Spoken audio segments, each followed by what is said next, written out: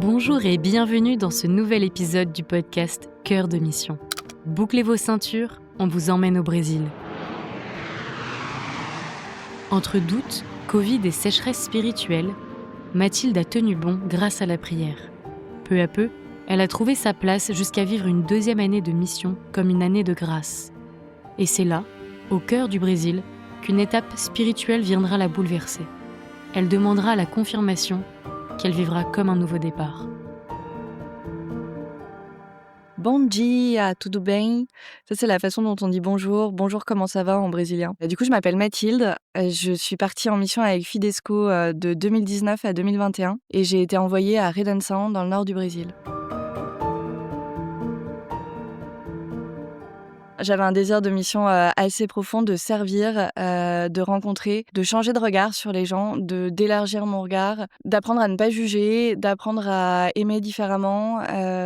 Et puis, je pense un désir d'aventure aussi qu'on trouve en mission quand même, de vivre une vie complètement différente, de vivre à l'étranger, de lâcher prise, de quitter la vie parisienne, le mode de vie parisien et de vivre un truc complètement différent. J'avais besoin de donner une nouvelle impulsion à ma vie et de me remettre un peu sur la voie qui était la mienne. J'avais l'impression d'être un peu dans une voie de garage où je m'étais embarquée parce que mes parents voulaient que je fasse ça, la société voulait que je fasse ça, enfin je sais pas, des trucs où j'étais pas à ma place et j'avais besoin de sortir la tête dans l'eau et de me remettre à ma place. Donc de retrouver une vie qui me correspondait. À Redenção, on avait une grande maison. J'ai habité avec les volontaires Fidesco. On était 3 Françaises. Ça, c'était le début de ma mission. Quand je suis arrivée sur place, je me souviens d'avoir été un peu assaillie par la chaleur. C'était le début de la saison sèche.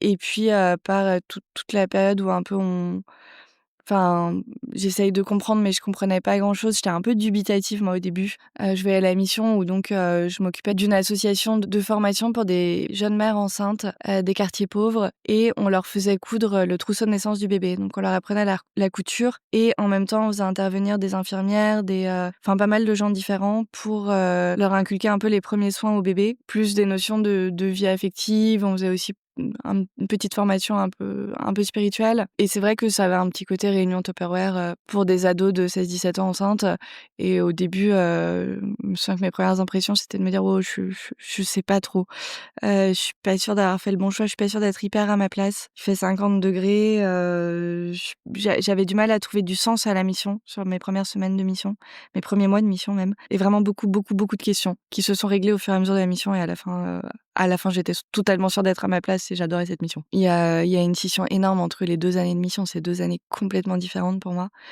La première année, enfin moi je l'ai vécue comme ça, je l'ai trouvée plus difficile, je parlais pas portugais, j'ai mis longtemps à apprendre la langue.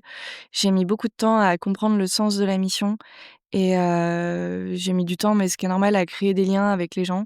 J'ai mis du temps à lâcher prise aussi, puis à sans doute me débarrasser un peu de toutes les couches superflues qu'on a de français, un peu de nos préjugés, de nos habitudes, où on pense qu'on va s'en défaire très facilement, mais en fait, il y a des choses qui reviennent et pendant longtemps, c'est difficile. Et puis la deuxième année, elle a rien à voir avec la première. La deuxième année, je me suis sentie hyper portée. Pourtant c'était l'année Covid, donc ça aurait dû être quelque part plus difficile et c'est une année, de joie mais énorme où le sens de la mission, c'est une question que je me posais plus du tout. Je sais pas si compris est le bon terme, mais en tout cas, j'avais saisi les choses. J'étais sûre que le travail qu'on faisait était nécessaire et était utile et servait la majorité de ces jeunes filles. J'avais créé des super liens avec plein de filles, notamment parce que, avec le Covid, on avait des effectifs beaucoup plus petits et du coup, je les connaissais beaucoup mieux. J'ai créé des super liens aussi avec certaines volontaires brésiliennes, locales qui nous aidaient, mais tout ça, c'est arrivé la deuxième année.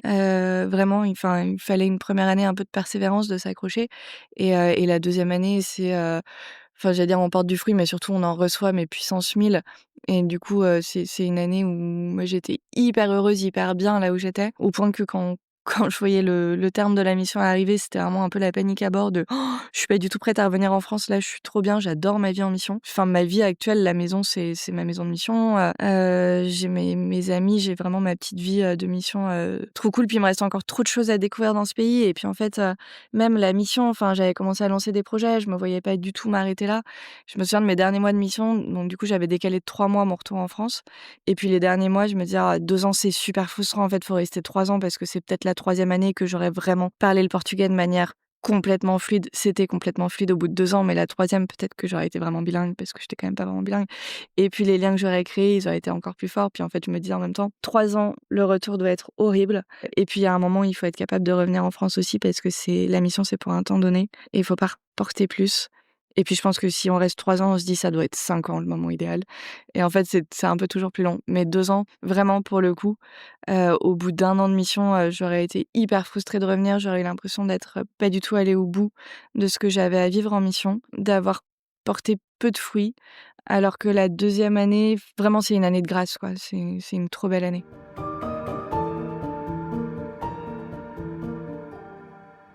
Il y a certaines choses qu'on va normaliser assez vite.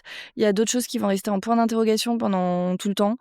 Et il y a des choses qu'on découvre à la fin en disant: «Si je l'avais su depuis le début, j'aurais fait les choses différemment». Il y a des petites choses qui m'ont vachement marquée en début de mission, notamment le fait que les Brésiliens mangent du riz et des haricots à tous les repas et quand on est français et qu'on a, l'habitude de varier et de manger beaucoup de légumes, c'est idiot mais ça me dit: «Waouh, la vache, c'est monotone et puis, ça manque de légumes quand même.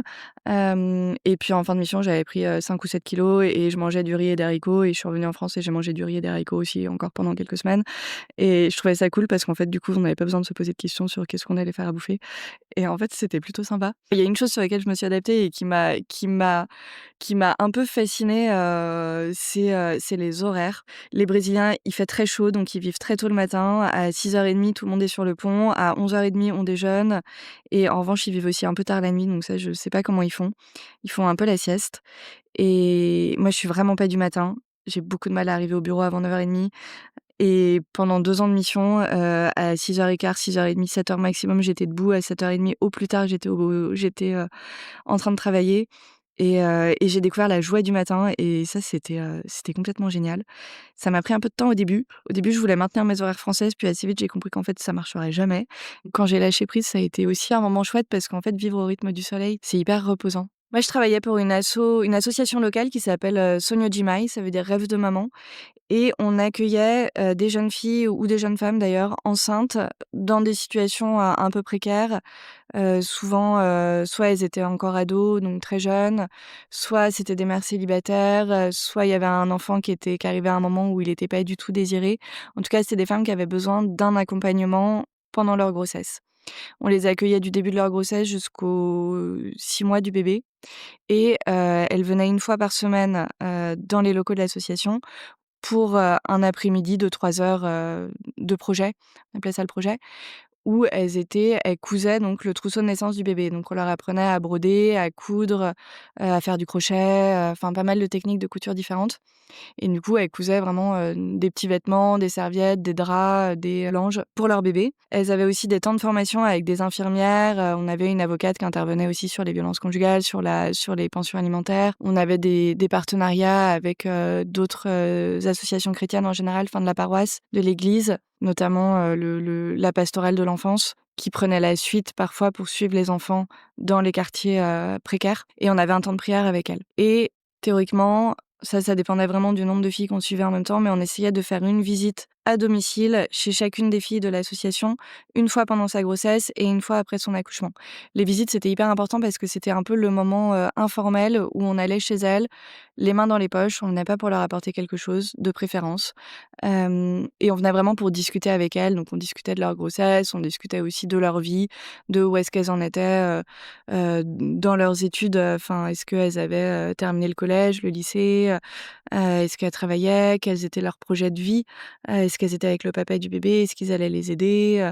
Enfin, un peu, qu'est-ce qu'était leur vie, à ce moment-là et on avait des très, très belles discussions et surtout, c'était des filles qui souvent étaient un peu livrées à elles-mêmes et qui étaient trop contentes, qu'on vienne leur rendre visite et qu'on ait vraiment ce moment, privilégié avec elles et ça nous permettait de créer vraiment des très beaux liens avec elles. On faisait toujours une grosse fête évidemment pour la fête des mères, avec les mamans de l'asso et cette fois-ci, j'avais un peu lâché prise et j'avais laissé une petite volontaire brésilienne, organiser la fête et cette volontaire, elle s'appelle Bia et c'était une fille qu'on avait suivie à l'asso déjà, qui avait eu son troisième enfant avec nous, qui était une jeune femme qui avait 24 ans à peu près, 24-25, qui avait eu, une vie, vraiment très compliquée et très difficile, qui avait participé au projet pour ses 2 dernières grossesses et moi je l'avais eue pendant, quand elle était enceinte, donc quelques mois avant et à la fin de sa grossesse, elle était devenue volontaire de l'asso et elle s'était vraiment révélée dans le fait d'être volontaire. Elle avait trouvé sa place, et on sentait que l'asso lui l'apportait énormément et lui faisait beaucoup de bien parce que, ça la faisait sortir de son quotidien aussi, qui était assez lourd. Ça lui donnait une place, enfin et elle créait des liens avec les filles et elle était top cette fille.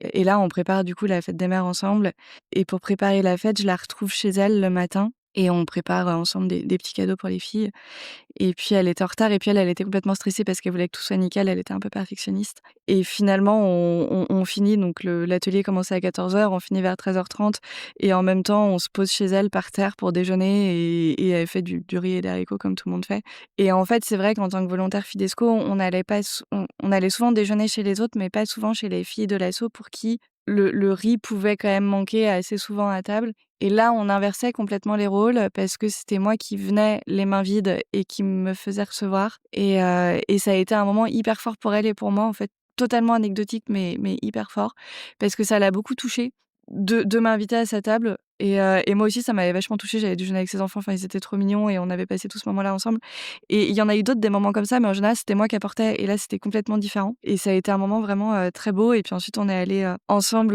faire la fête avec les mamans du projet, pour la fête des mères et elle avait fait ouais elle avait vraiment mis les petits plats dans les grands, c'était hyper réussi. Toute la période avant Covid, on était, du coup, dans 5 villes différentes. On allait, tous les lundis dans une ville, on dormait sur place, le lendemain on faisait des visites, on rentrait à Redensant. On était encore dans une autre ville le mercredi, puis le jeudi on était à Redensant, puis le vendredi on était encore dans une autre ville. Donc c'était très rythmé. On faisait beaucoup de routes. Enfin c'était assez fatigant comme rythme de mission honnêtement. Heu et moi, je me souviens que j'avais un peu l'impression qu'on était un peu partout et du coup nulle part à la fois. Puis ensuite, le Covid est arrivé et là, du coup, la mission a été complètement différente. Pendant quelques mois, on a dû suspendre les projets en présentiel, donc on recevait plus les filles à l'asso.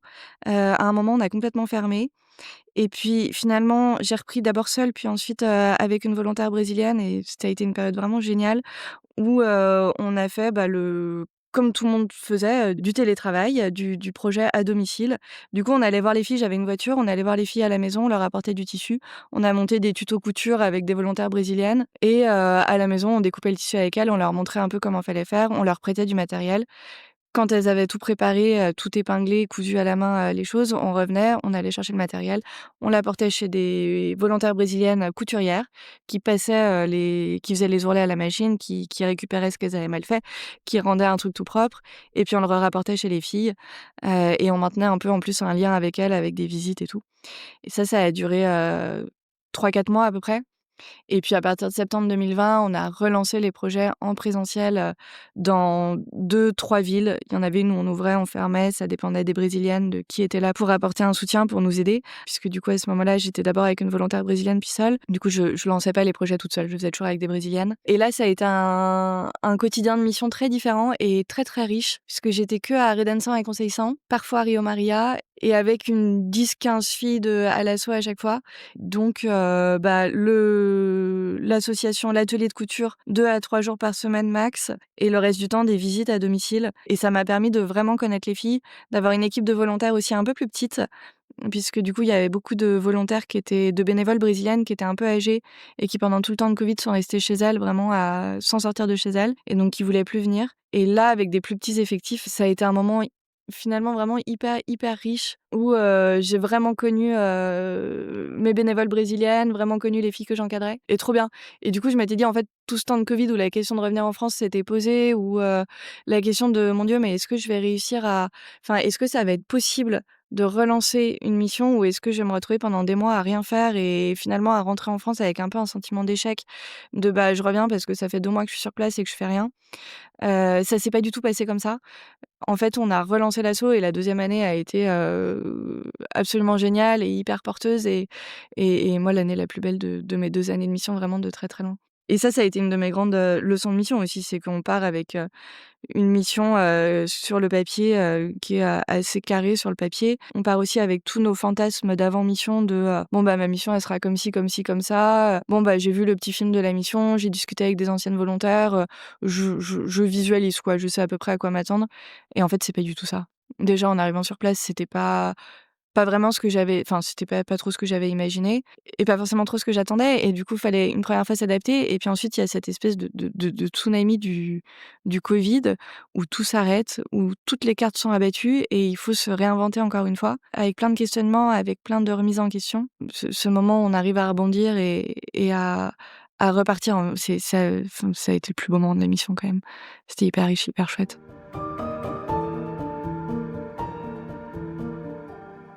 Au début, je voulais partir avec une ONG, laïque, complètement laïque, pas du tout chrétienne. J'en parle avec une de mes sœurs qui connaissait cette ONG.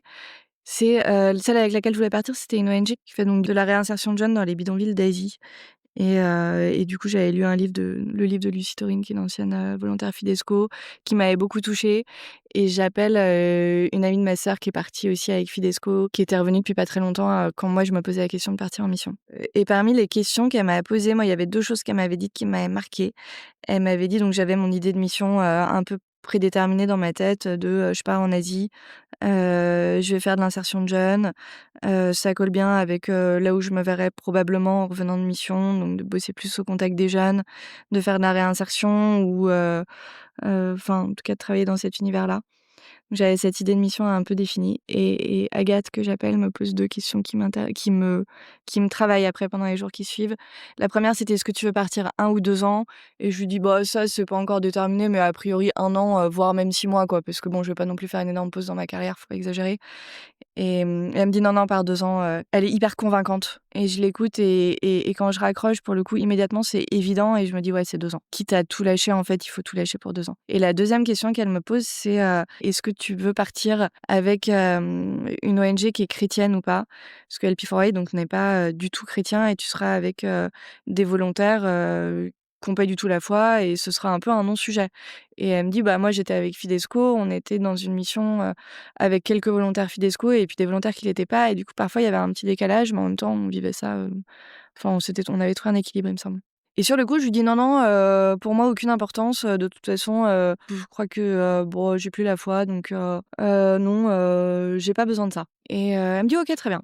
Et elle essaye vraiment pas de me convaincre, vraiment, et après elle me parle de sa mission, de son retour, de plein de choses différentes. Puis on raccroche, et la question me travaille pendant plusieurs jours derrière et puis j'ai plusieurs expériences de mes petites expériences de bénévolat que j'avais pu avoir quand j'étais étudiante ou quand j'étais plus jeune qui me reviennent en tête et notamment, bah, le scoutisme, Lourdes, tout ça d'un côté et puis de l'autre, j'avais été bénévole à Necker auprès des enfants malades. Enfin, j'avais fait des petites expériences de bénévolat totalement laïques.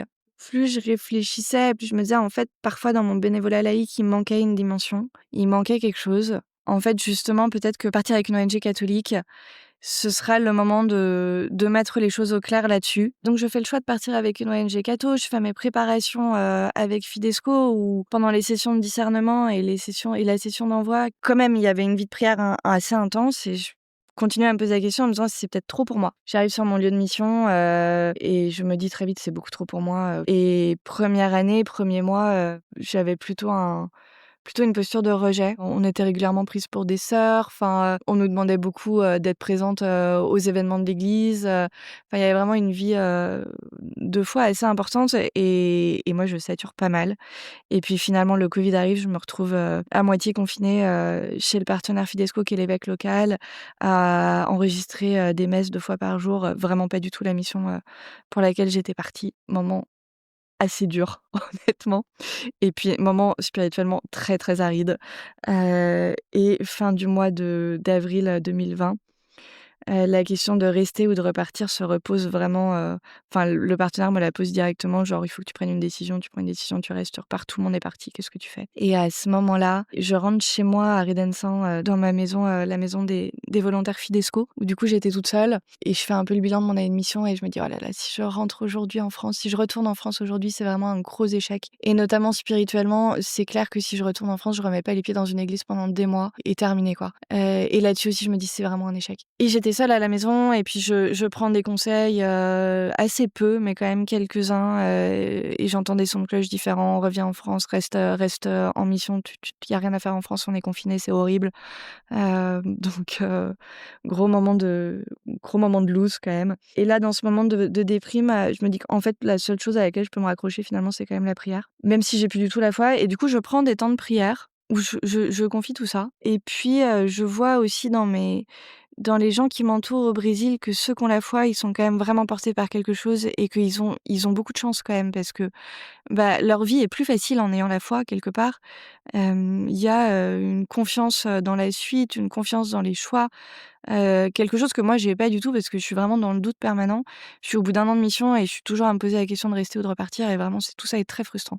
Donc je prends ces temps de prière et puis, dans mes temps de prière, je demande un signe et il se passe rien et c'est horrible parce qu'il se passe rien et du coup à la fin je dis: «Bon bah, je vais ouvrir ma Bible à n'importe quelle page et en fonction du verset sur lequel je tombe, je verrai bien s'il y a un signe, s'il y a quelque chose qui me dit: "Reste ou repars"».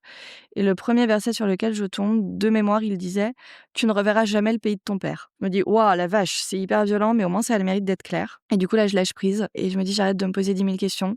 Je retourne voir le partenaire et je lui dis: «En fait, je vous réponds pas tout de suite sur le fait de rester ou repartir. On est en mai, on se laisse jusqu'en septembre. Soit en septembre, l'assaut a repris, soit ça n'a pas repris et dans ce cas, je rentrerai en France. Soit ça a repris et dans ce cas, je reste jusqu'à la fin de ma mission». Et puis en fait, ça a repris très, très vite après et en septembre, la question de rentrer n'était plus du tout là et en revanche, ces temps de prière, cette vie de prière, ça avait porté ses fruits quelque part parce que là, j'ai commencé un chemin qui était complètement différent. Là-dessus, j'ai habité un peu avec une volontaire brésilienne qui était très portée par sa foi, qui a été, très importante aussi dans ce temps de conversion, que j'ai eu au Brésil et puis, la colère que je pouvais avoir ou le moment de rejet que j'avais pu avoir sur ma première année, au fur et à mesure de la deuxième année, il s'est complètement calmé et apaisé et puis plus ça allait, plus je rencontrais des gens qui étaient portés par leur foi et qui parlaient et quand ils parlaient, on avait vraiment envie de les suivre et de vivre la même chose qu'eux.